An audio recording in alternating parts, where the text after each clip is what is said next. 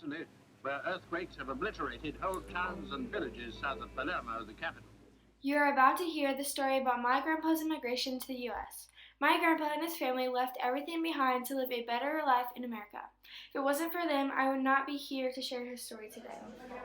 Hello, my name is Gino Corte, and I'm still a whole grandpa. I came from Sicily, and here's my story. The earthquake happened in 1968, and I came here in the United States in 1961, but I did visit 4 years later, in 1972, to the whole town that was destroyed by an earthquake.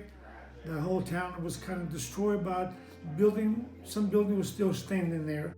We could not live there, so the government built some barracks out of wood, and they just lived there for 10 years until the new town was built in 1972, 4 years later, and they all moved to the new town back then. My father had a brother in Vicksburg, Mississippi that he hadn't seen for 20 years.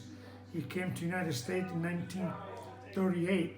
His name was Pietro Corte, and my father went to visit him from Sicily to Vicksburg, Mississippi. And my father took only one child with him, my older brother, Giuseppe. He came to Kansas City. They were cousins in Kansas City, and him and my brother came to Kansas City. Still, me, my mother, and my younger brother Pietro lived in Sicily. So the family was split up for about 6 years.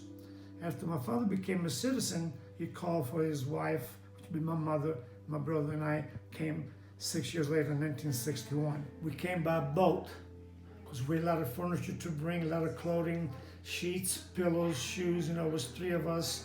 We brought some clothes for my father and my brother. It took us 14 days from Sicily to New York. I was very glad to see the Statue of Liberty, and I said, here we are in America. My father came and picked us up from Kansas City to New York. We stayed with the family for 5 days. Then we left my family from New York and came by train to the Union Station. And that's how we came to Kansas City, by train and by boat from Italy. My family was real close. My mother had sisters there, brothers. I had cousins, uncles. We didn't have nobody here. Everybody was still there. Back then, after the earthquake, 1968, everybody left to America and Australia. So I have a lot of family in Australia, a lot of family in America too. I became a citizen 5 years later. It took 5 years to become a citizen. And then you take a test and you get your citizen paper and everything, so you are eligible to be United States citizen. My Nana was excited to become a citizen, but even more excited to start school. Many immigrants had trouble learning at school because English was their second language. Because of my age, I was 13 years old. I did all my schooling in Sicily, but when I came over here, I learned my English, which was real tough for me. And I started going to school at St. John Catholic School. I was a little older than all my classmates there. I was like 10 years old. I was 13 years old. But I did like second and third and fourth grade real quick. Once I learned to pick up my ABCs. A year after that, I did the 7th and 8th grade. Went to high school after that, and got me a job and worked for a few companies while I was in school. Well, I still got cousins and uncles and aunts there. I was born there. You're never gonna forget where you were born, you were raised. I was not 1 year old or 2 years old. I remember a lot. So I came here when I was 13 years old. I've been back at least 12 to 15 times, back and forth. And I have cousins that are like brothers to me, and aunts. Now they passed away, but they're kids. We still talk and on the phone and Skype, everything. We stay in touch as a tradition to keep the family close. I joined the American Sons Columbus, which is an Italian organization. It's a very good organization. It keeps you busy, and we raise money for scholarship. We raise money for the Boy Scouts, and I've been there at least 35 years. I've been the treasurer there. I've been the president there. We play bocce ball, which is it's called grass bowling, and we have teams there. And we gather there. We have spaghetti dinners. We have taco dinners. We have activities like Christmas parties there. We have a Thanksgiving luncheon there. So we can keep us busy there. It's growing. It's really growing now.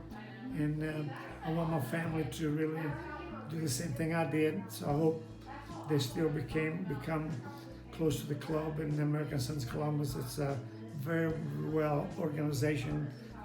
Well, again, going back to my mom and dad, they kept it going, and we go there on Sundays and eat their great food that she cooked, cooking everything. So I've learned the tradition, and I passed it down to my daughter Nuncia. Hopefully Nuncia will do the same thing with Stella and Annie, and it looks like they're all doing well. That they learn how to cook and the good recipes and keep the tradition going with the Italians. And that's why I brought my daughter Nuncia to Sicily a few times, and her family was there 2-3 years ago. We went to a beautiful big Italian wedding there. They enjoyed it, they loved it, and I'd like to keep that going. My Nonno has taught me several things to keep his Italian traditions alive. One of them is Cucci Dadi. Cucci Dadi is when we make Italian cookies around Christmas time. My Nonno loves to hand them out to other friends and family. Another tradition we have is bocce. My family goes almost every year to eat pasta and play bocce at the club. I love to bring my friends to share the tradition with them too. The last thing I'm going to talk about is cooking. I have learned countless amounts of recipes that go back to my Nonno's hometown of Sicily. Here is a video of my Nonno making one of his favorite dishes. Today we're cooking in my house a cardone. Cardone is a vegetable. It's very rare, and it grows in Italy and Sicily and part of California. Skin the string off, so we cut it so it'll be nice and soft when you peel it, and then we want to boil it so it'll be nice and tender. You can see what I'm taking off here to make it nice and smooth, so it will cook better. It'll be nice and soft.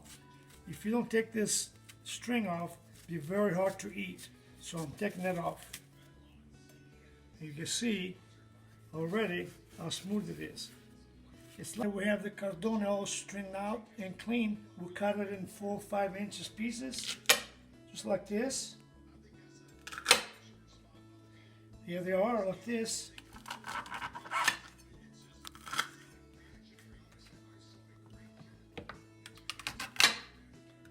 So it'll be easier to cook. You don't want it long. Now that everything is clean and cut, we're going to boil. So we'll clean it real good. We'll put it in water in a pot and you let it boil so it gets nice and tender, and then we'll go do some more work with the egg and fry it and be ready to eat in a few more minutes. Cardones are boiled and cooled. We'll put them in the egg. We'll turn them over a few times. We dip them. This is breadcrumbs.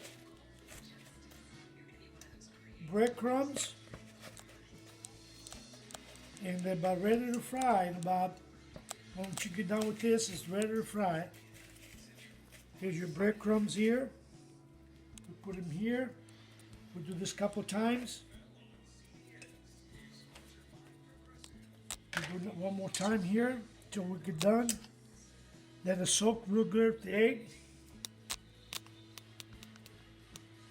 The more you soak, the better the breadcrumbs will stick, and then you're ready to fry it. Frying cardona with breadcrumbs. Once it gets nice and brown, we'll put it on this plate right here. These are done. It's gonna look like that. Ready to eat. Beautiful. It's called cardona fry. Very good. Delicioso. Good luck, everybody, and good luck to Stella. Have a nice day. Thank you for listening to my grandpa's immigration story. I'm so thankful that I get to carry on one-of-a-kind traditions. I will continue to learn new things and pass them down to future generations.